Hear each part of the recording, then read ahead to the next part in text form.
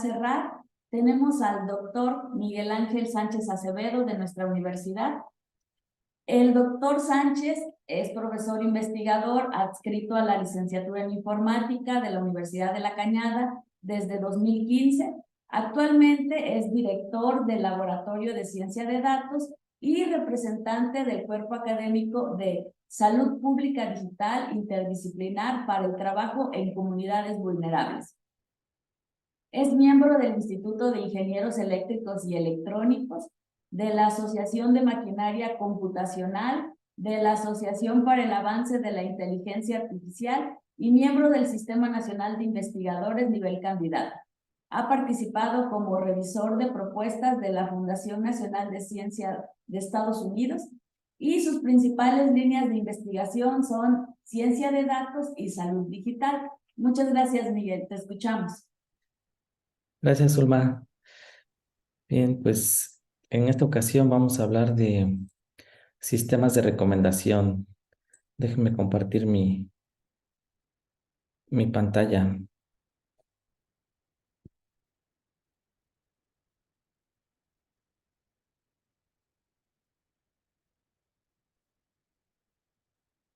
Parece que ya se ve. Bien, pues en estos días de conferencias hemos estado revisando varios temas relacionados con la extracción de información. También la ponencia que acabamos de tener con la doctora Alba, pues nos comentaba que hoy en día contamos con una gran cantidad de datos que necesitamos analizar para poder tomar decisiones. Y en el área de los sistemas de recomendación, pues son uno de los sistemas que se han aplicado tanto a la industria de la música, de las películas, de los libros, donde tenemos también en las fotografías, donde tenemos bastante cantidad de datos y a veces no sabemos qué elegir, ¿no? Tenemos muchas opciones y no sabemos, pues, por cuál irnos. Entonces, para tratar de ayudarnos con esta elección de cuáles son las canciones que me puedan gustar de toda la colección que existe, o ver las fotografías que en algún momento fueron relevantes y que quisiera volver a revisar. Entonces, en esta tarea nos ayudan bastante los sistemas de recomendación. Y estos sistemas pues solamente son herramientas que proporcionan sugerencias a partir de artículos a los usuarios. ¿Y cómo hacen estas sugerencias? Pues se basan en características tanto de los elementos que se van a recomendar como en las preferencias de los usuarios. Entonces, dentro de esta presentación vamos a revisar cómo se clasifican los sistemas de recomendación, qué es el aprendizaje profundo, cómo se está aplicando actualmente el aprendizaje profundo en los sistemas de recomendación, cuáles son las fuentes de datos que alimentan a los sistemas de recomendación y, por último, algunas consideraciones éticas. Bien, Kaur, este autor, clasifica a los sistemas de generación de recomendación en 3 generaciones. En la primera generación se encuentran los sistemas de recomendación clásicos, que son los basados en conocimiento, los basados en contenidos y los de filtros colaborativos. Y en la segunda generación se empiezan a realizar mejoras a estos sistemas o a estos algoritmos utilizando la factorización de matrices, la minería de datos basada en el uso de las herramientas web y sistemas de recomendación basados en personalidad. Y en la tercera generación, que es donde vamos a entrar un poquito también en detalle, es cómo se implementa el aprendizaje profundo para tratar de ayudar a los sistemas de recomendación a tomar mejores decisiones o a darnos mejores recomendaciones. Entonces, el primer sistema de recomendación es el basado en contenido. Y lo que hace este sistema es que nos va a recomendar un producto o artículo en base a las características de ese artículo.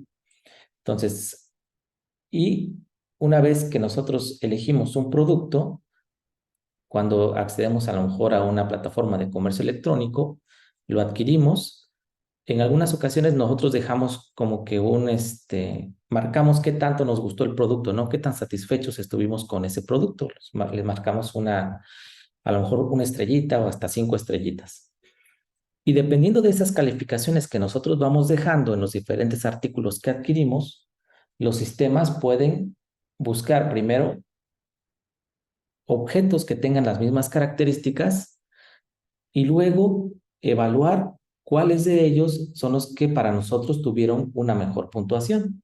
Entonces, estos sistemas de recomendación basados en contenido fueron los primeros que se utilizaron en las páginas de comercio electrónico, ¿no? Amazon fue uno de los primeros en implementar estos sistemas de recomendación.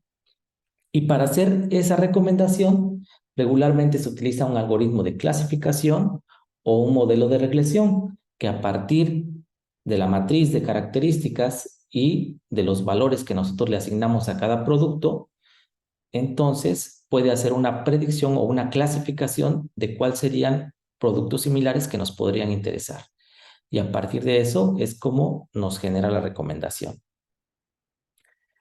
El siguiente sistema de recomendación es un sistema de recomendación de filtro colaborativo. Entonces, en el caso anterior, les mencionaba que teníamos nuestros artículos y teníamos el nivel de gusto que para nosotros obtuvo, ¿no? O lo que se llama en inglés rating. Entonces, ese rating es el valor que nosotros le asignamos de qué tan bueno era para nosotros ese producto. Entonces, lo que hace el filtro colaborativo es que ahora toma en consideración a todos los usuarios que han adquirido productos similares. Entonces, por ejemplo, aquí yo les muestro en esta matriz que tenemos a 4 usuarios y tenemos 5 películas. Entonces, cada usuario pudo haber visto la película y haber marcado qué tanto le gustaba. Y aquí podemos ver las calificaciones, ¿no? Y también pueden existir películas que el usuario no haya visto, que son los que aparecen como espacios en blanco. Y otra de las características que puede considerarse dentro de las películas pueden ser el género en el que se encuentran, si son de acción o de comedia. Entonces, a partir de la construcción de esta matriz, que ya tiene información de varios usuarios, entonces un filtro colaborativo puede identificar cuál sería una película que quizás nosotros no hayamos visto, pero que en base a la calificación que le dieron otros usuarios y al género de la película nos puede interesar. Entonces, más o menos fue uno de los primeros algoritmos que implementó Netflix, ¿no? Para tratar de identificar cuáles serían las películas que nosotros estaríamos interesados en ver. Posteriormente, pues, este sistema de recomendación de filtros colaborativos tiene algunas limitantes y precisamente Netflix lanzó ahí un premio de $1 millón para tratar de mejorar su algoritmo y fue de ahí que surgieron algunas ideas como la factorización de matrices que vamos a ver más adelante. Entonces, estos sistemas que iniciaron de manera, que iniciaron utilizando filtros colaborativos han ido evolucionando para hacer mejores recomendaciones. Y el siguiente sistema de recomendación de los tradicionales es el basado en conocimiento. El sistema de recomendación basado en conocimiento se parece un poquito más a lo que es un sistema experto, que a partir de una base de conocimiento ya estructurada, trata de aplicar minería de datos para poder extraer información que pudiera ser relevante para nosotros. Y la técnica más utilizada para poder obtener información a partir de esta base de conocimientos son los árboles de decisión, ya que nos permiten ir dirigiendo la información que será de interés en base a características que se van cumpliendo, ¿no? Entonces, los basados en conocimientos ya utilizan una base de datos estructurada donde tenemos información que se ha venido recolectando con el tiempo y aplicamos minería de datos, específicamente árboles de decisión, para extraer información relevante que pueda ser de utilidad para nosotros en base a lo que estamos consultando. Entonces, como les mencionaba, una vez que ya teníamos estos algoritmos, pues se fueron mejorando y llega la segunda generación para tratar de obtener mejores resultados en la parte de recomendación. Y uno de esos algoritmos es la factorización de matrices. Entonces, partimos de la matriz que ya teníamos, que era la que habríamos completado con un algoritmo de filtros colaborativos, y lo que se hace es descomponerla en dos matrices, que sería una de usuarios y una de elementos. Y lo que se va a evaluar en cada una de ellas son características relevantes de los artículos con respecto a los usuarios y características relevantes de los usuarios con respecto a los artículos. Entonces, vamos a crear dos matrices que nos van a permitir identificar factores importantes para cada uno de los usuarios y para los artículos, de los que después podemos aplicar un análisis semántico para saber cuáles factores de ellos se sobreponen y entonces a partir de ahí elegir el artículo que sería mucho más viable recomendar a un usuario. Entonces, esta es la forma en que se extiende este algoritmo de filtros colaborativos a partir de la factorización de matrices. Y el otro que les mencionaba era el recomendador basado en minería del uso de páginas web, ¿no? De sitios web. Entonces, hoy en día la mayoría de nosotros pues utiliza el internet para consultar cualquier cosa que a veces tenemos alguna duda, ¿no? Si de repente estamos enfermos de algo, buscamos en internet cuáles síntomas tenemos y qué posibles alternativas tenemos para tratarlos, ¿no? Cuando no tenemos el médico cerca inmediatamente y es algo que no es tan grave, pues usamos regularmente este medio para buscar información. O cuando estamos buscando información sobre algún tema o tarea que queremos realizar, pues el primer lugar al que nos dirigimos es Internet. Entonces, la información que se va generando en Internet cada día es más variada. Tenemos ya gran cantidad de temas que se encuentran almacenados en todas estas páginas. Y lo que hacen los navegadores es que van recordando el historial de uso. Entonces, cuando ustedes entran al navegador y ven el historial, pues ahí les aparecen todas las páginas que ustedes han visitado.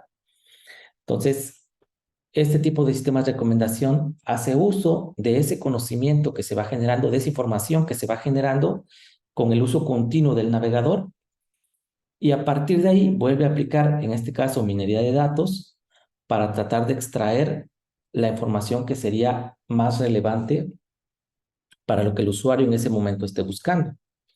O no necesariamente que esté buscando, si a lo mejor está navegando en un sitio, por ejemplo, que podría ser un sitio donde tengan, pues, GitHub, ¿no? Donde ustedes van y buscan código regularmente.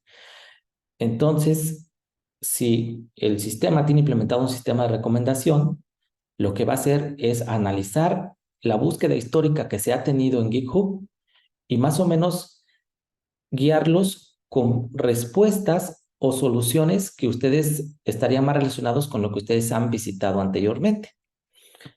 Entonces, de la gran cantidad de datos que existen en GitHub, pues imagínense que ustedes escribieran una respuesta y les mostrara, pues en orden alfabético, la primera que aparece, o de manera aleatoria los resultados que ya hay.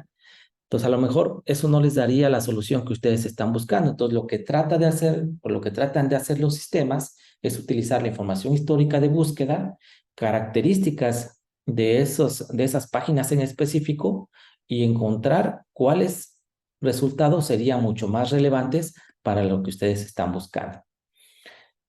Entonces, esta es otra técnica que se utiliza en los sistemas de recomendación. Y el siguiente es el sistema de recomendación basado en personalidad. Pues sabemos también que cada uno de nosotros tiene una personalidad diferente y a pesar de que quizás coincidamos con algunos gustos con otras personas, muchas veces la elección de un elemento va a depender de esa personalidad. Entonces ahora los sistemas de recomendación están implementando la teoría de la personalidad para tratar de desarrollar sistemas que consideren estas características y ayuden a tomar mejores decisiones. Una de los sistemas que aplica la teoría de la personalidad son los sistemas de encuentros sociales, ¿no? Hay muchas páginas que se utilizan para encontrar amigos, para encontrar pareja.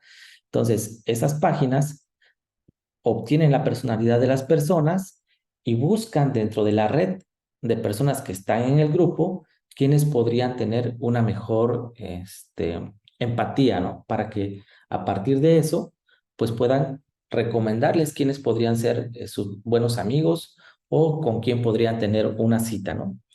Entonces, este tipo de aplicaciones utilizan sistemas de recomendación basados en personalidad. También ya los sistemas de música y de películas se lo están haciendo, puesto que consideran que dependiendo de la personalidad, también puede ser la música que elijan o las películas que sean más agradables para los usuarios. Y al final, pues lo que buscan con estos sistemas de recomendación es atraer más al usuario, ¿no? Que el usuario se sienta a gusto utilizando la aplicación y que pues consuma sus productos. Entonces, es lo que realizan los sistemas de recomendación basados en personalidad. Pero ahora, ¿cómo es que introducimos el aprendizaje profundo en estos sistemas de recomendación? Bueno, el aprendizaje profundo es un algoritmo de aprendizaje, bueno, una clasificación de algoritmos de aprendizaje automático que parte de las redes neuronales. Dentro de los algoritmos de clasificación, las redes neuronales tienen la posibilidad de crear predicciones a partir de de que introducimos características y la red automáticamente crea conexiones entre las neuronas que la conforman para tratar de identificar cuáles son las características de mayor importancia de las que estamos introduciendo para poder identificar a qué clase pertenece. Y los algoritmos de aprendizaje profundo surgen cuando a las redes neuronales les empezamos a incrementar el número de capas ocultas que tienen para hacer ese procesamiento. Regularmente a estos algoritmos se les conoce como cajas negras porque nosotros desconocemos qué es lo que pasa dentro del sistema o dentro de la red neuronal. Solamente le proporcionamos las entradas y obtenemos las salidas. Y toda la configuración que se produce en las capas ocultas lo hace de manera automática siguiendo ciertas operaciones matemáticas para poder hacer esos cálculos, pero nosotros no conocemos realmente cómo es que llega a obtener esos pesos. Por eso son algoritmos que no nos proporcionan una claridad en cómo es que llegan a los resultados. Sin embargo, pues los resultados que proporcionan son bastante buenos, por lo que su uso se ha incrementado. Entonces vamos a ver dos tipos de algoritmos de aprendizaje profundo que han tenido más relevancia. Uno de ellos son las redes neuronales convolucionales, que se utilizan para tratar de identificar objetos dentro de las imágenes, ¿no? Entonces, por ejemplo, quizás hayan visto, hay varios ejemplos de una red neuronal que le pasamos una fotografía de un perro y nos dice lo que hay en la imagen es un perro. O le podemos pasar imágenes de 3 objetos diferentes y nos puede decir qué clase tiene cada uno de esos objetos. Si en la imagen estamos viendo un perro, un gato o un caballo. Y todo eso se hace utilizando una red neuronal convolucional. Las redes neuronales convolucionales es una arquitectura que está compuesta por capas llamadas de convolución. Y las capas de convolución lo que hacen es tratar de encontrar patrones dentro de la imagen. Entonces nosotros introducimos una imagen que sabemos que está compuesta por un conjunto de píxeles y cada convolución va a tratar de encontrar un patrón dentro de esa imagen. Entonces, una vez que aplicamos una capa de convolución, obtenemos una nueva imagen que va a identificar patrones. Pueden ser contornos, pueden ser formas geométricas, etcétera, ¿no? Dependiendo de lo que nosotros estemos buscando, cada convolución va a obtener diferentes patrones. Y eso lo vamos a indicar con las máscaras que nosotros definimos en la parte de la convolución.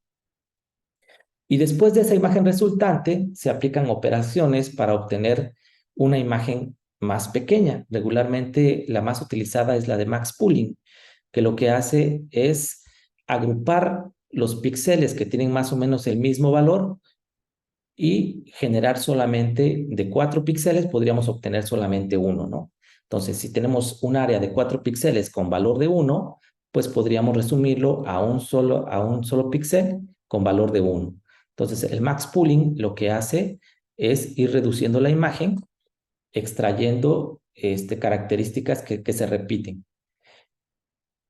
Y la arquitectura de las redes convolucionales lo que hacen es aplicar muchas veces estas operaciones, aplicar una operación de convolución, aplicar una operación de max pooling, volver a aplicar una operación de convolución, etcétera, ¿no? Hasta llegar ya a una sola neurona, aplicando un algoritmo regularmente softmax, es el que se utiliza, que ya nos devuelve un valor de todos los datos que ya obtuvimos, nos devuelve un valor que ese valor lo vamos a correlacionar con alguna categoría, dependiendo de lo que estemos buscando dentro de la imagen.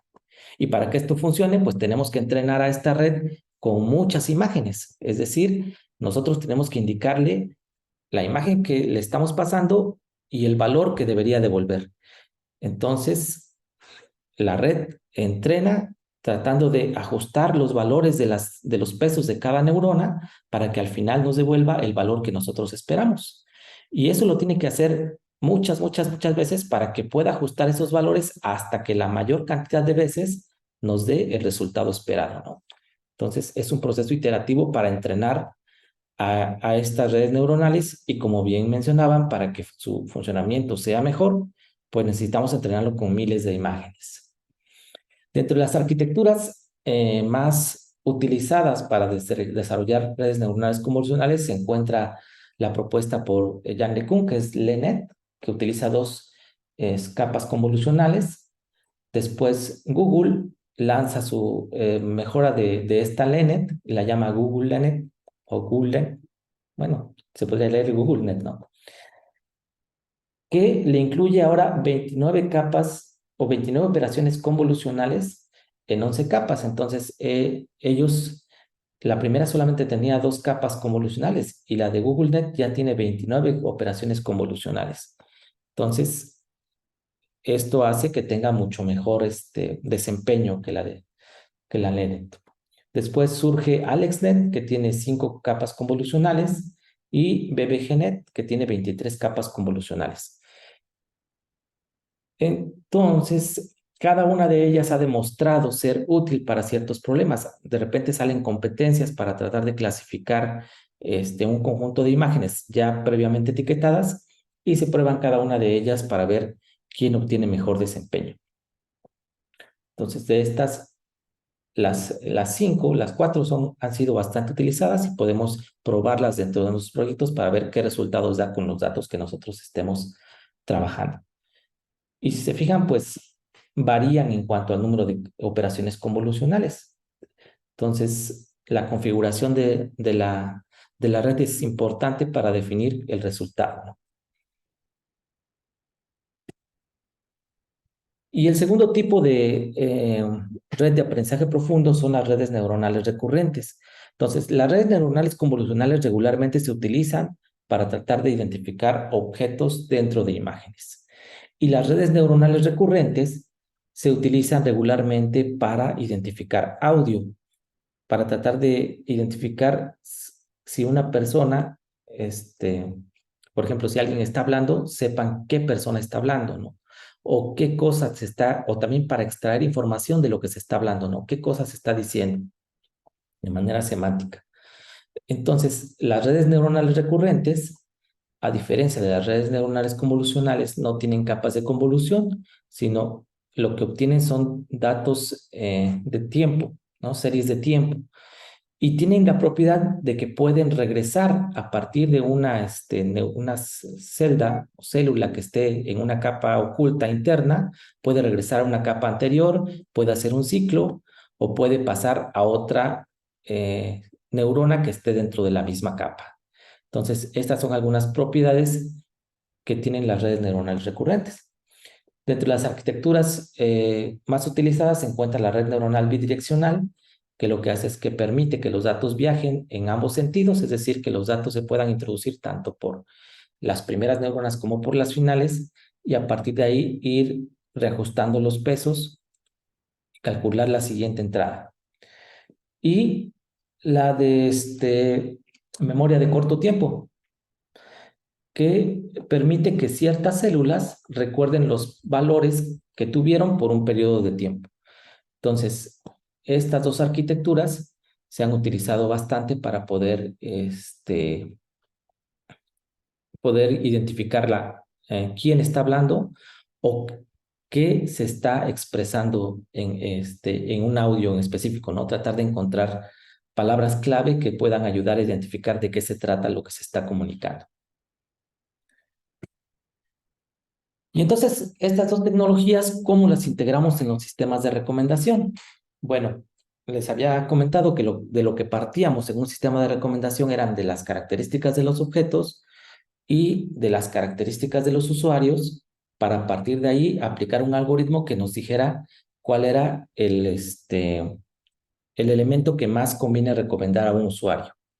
Entonces, para poder hacer uso de estas redes para este aprendizaje profundo o redes neuronales, pues ahora se toma el conjunto de características de los usuarios y el conjunto de características de los elementos, y todas esas características son las que serán las entradas a la red.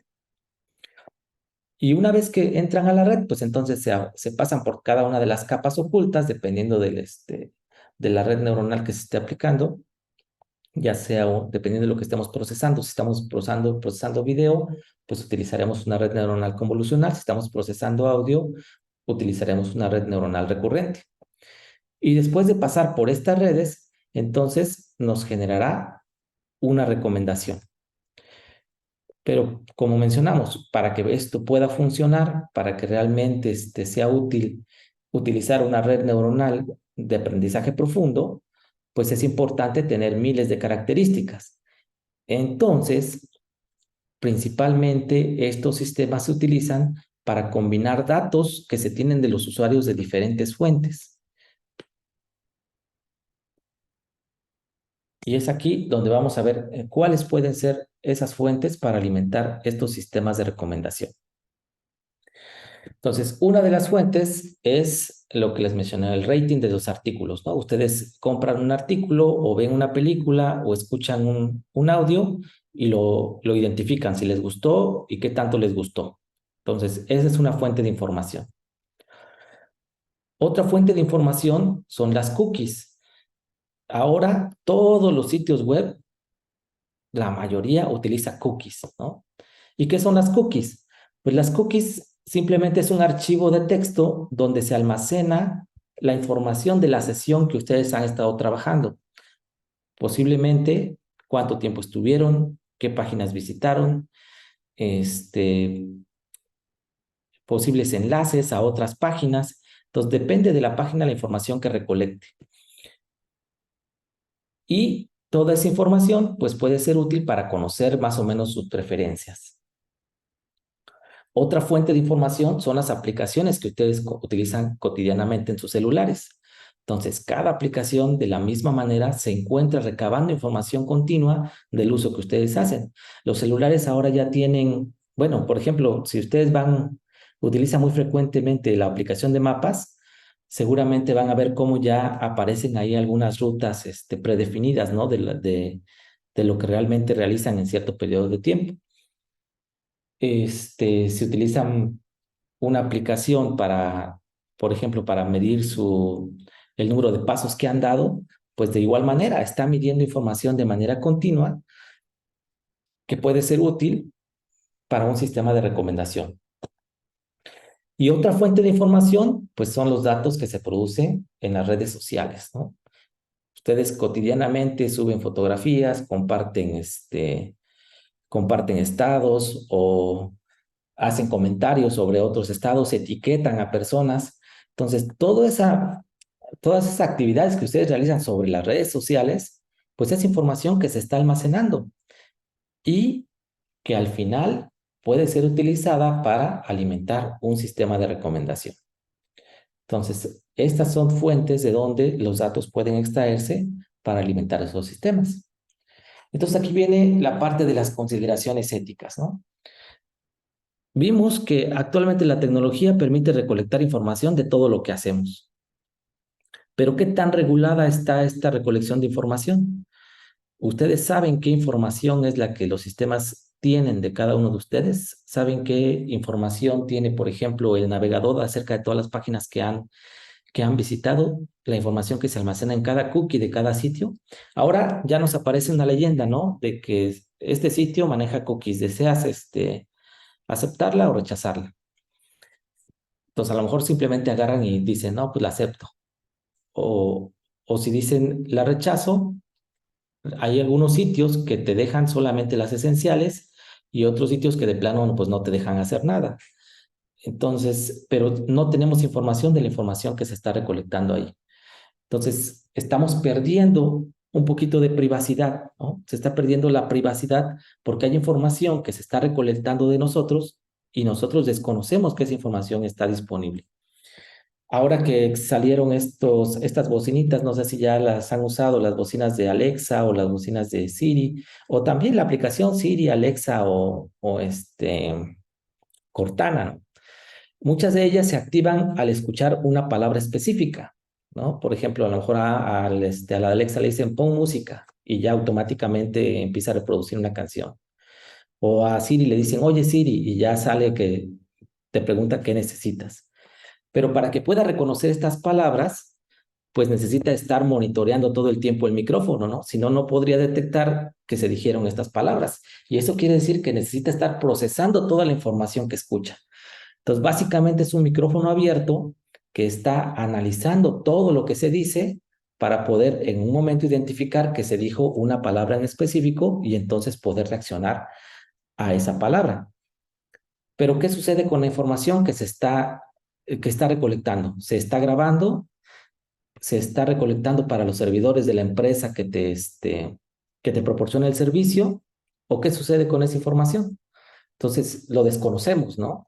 Entonces, necesitamos mucho mayor transparencia porque en realidad aquí hay información que se está procesando continuamente y que ya rompe con la parte de la privacidad, ¿no? Hay un micrófono que te está escuchando todo el tiempo y no sabemos qué sucede con esa información. Después tenemos la propiedad de accountability, ¿no? De tratar de hacer cosas de manera responsable. Entonces, ver que los resultados que nosotros generemos, pues sean con un fin específico. O sea, que realmente se usen los datos para lo que se supone estamos dando autorización. La desventaja es que no sabemos exactamente para qué estamos dando autorización. Solamente te dicen, acepta los términos y condiciones. Y si no los aceptas, pues no puedes usar la aplicación, ¿verdad? Bueno, pues sí los acepto. O te dicen, se va a pasar tu información a terceros. Pero ¿qué información exactamente se está pasando? ¿Quiénes son esos terceros? ¿Quiénes han podido tener toda la información que nosotros hemos estado generando? Entonces, a lo mejor desde el punto de vista de usuario, tenemos todas estas dudas, ¿no? Pero desde el punto de vista de desarrolladores, pues tendríamos que considerar que nosotros tenemos que cambiar la forma en que se hacen estas cosas, ¿no? Desarrollar aplicaciones que sean mucho más transparentes, que sean específicas para el objetivo que se está proponiendo y que el usuario en cualquier momento tenga la oportunidad de saber qué información se está procesando y si es posible negarse a su uso, ¿no? La otra parte es la parte de la precisión y la integridad. Por ahí nos mencionaba la doctora Maite el día de ayer en la pregunta que se le hacía, ¿no? Dice, bueno, me están recomendando ese artículo porque realmente a mí me gusta o por fines comerciales, ¿no? Entonces, realmente el sistema de recomendación está utilizando los resultados para poder generar productos que nos gustan o tiene alguna variante que hace que nos recomienden productos que quizás no se han vendido mucho, ¿no? Y que necesitan sacarlos para que no se queden en el almacén. Entonces, es muy importante que los datos no se transformen. Y ahora que tenemos esta parte de la inteligencia artificial generativa que permite generar información a partir de todo el análisis de datos con las redes neuronales, pues ahora es posible generar escenarios similares a los que podrían estar sucediendo en la vida real, pues podemos también tener datos falsos, ¿no? Y si utilizamos esos datos falsos para poder informar a las personas, pues entonces estamos generando, pues, digamos, pérdida de conocimiento, pérdida de la realidad. Estamos generando una percepción de realidad que en realidad, que pues realmente no es, ¿no? No existe. Otro punto, pues, es cumplir con la parte legal, ¿no? Entonces, aquí ya se ha estado trabajando en este entorno para la protección de datos personales. Entonces, se debe tratar de seguir con estos métodos legales. Nada más que por ahí salió una noticia que ahora Android está ajustando su sistema operativo para cumplir con los datos, con la ley de Europa, pero solamente lo está haciendo en los países que lo exigen. Y en los demás países, pues no lo implementa. Entonces, también esa forma de actuar pues podría ser no ética, ¿no? O sea, solamente cumplo la ley donde me la exigen. Y como aquí no está esa restricción, pues no la aplico. Pero si sabemos que al final es una ley que es en beneficio para la sociedad, pues deberíamos aplicarla independientemente de que no esté definida en algún otro lado. Y por último, pues es la parte del sesgo, ¿no? Del sesgo bueno, aquí se le puede llamar como justicia, pero podría ser como el hecho de hacer las cosas de manera correcta, más bien. Entonces, cuando nosotros entrenamos un algoritmo de aprendizaje automático, nos basamos en datos, pero esos datos provienen de un subconjunto de la población. Regularmente no obtenemos datos de toda la población para poder generar un sistema de recomendación. Entonces, puede haber aplicaciones donde el sesgo sea muy importante. Por ejemplo, en la parte médica, si nosotros entrenamos al algoritmo para poder identificar a lo mejor un tumor, pero el estudio lo hicimos solamente con personas que viven en Norteamérica y aplicamos ese sistema a personas que viven en Latinoamérica, posiblemente los resultados vayan a ser incorrectos, ¿no? Porque estamos entrenando el algoritmo con una población diferente a la que la estamos aplicando. Entonces, algo que debe considerarse siempre al momento de hacer un sistema de recomendación o entrenar cualquier tipo de algoritmo de aprendizaje automático es elegir a la población de acuerdo a la aplicación en donde se va a realizar e indicarlo claramente para evitar que se aplique una solución a un conjunto de personas en las que no fue, en las que no fue probado, ¿no? O no necesariamente que no ha sido probado, sino que no cumplan con características similares, ¿no? Porque también probar un sistema con todas las personas, pues es imposible. Siempre tenemos que trabajar con muestras, pero al menos que esa muestra incluya características similares de las personas a las que en las que se va a utilizar el sistema, ¿no? Entonces, a eso se refiere la parte de sesgo. Bien. Y pues por último, nosotros aquí en la universidad hemos estado trabajando ahí ya algo de tiempo. Todavía no llevamos muchos resultados, pero seguimos trabajando en ello, en hacer un sistema de recomendación de alimentos saludables, ¿no? Entonces, para recolectar toda esta información de las características de los alimentos saludables, pues tenemos el apoyo de Saidi. Ya hemos recolectado bastantes datos, se han estado etiquetando para poder hacer el entrenamiento de los algoritmos de aprendizaje y después ya poder crear un sistema de recomendación, ¿no? Entonces aquí estaba trabajando Leo, pues ahí sigue intentándolo, todavía no se desanima, pero esperemos que algún día lo logre o a ver qué decide, ¿no? Pero al menos ahí está la propuesta y espero el próximo año ya mostrarles algunos resultados de este trabajo que se tienen en el área de sistemas de recomendación. Pues por mi parte sería todo. Les agradezco su atención.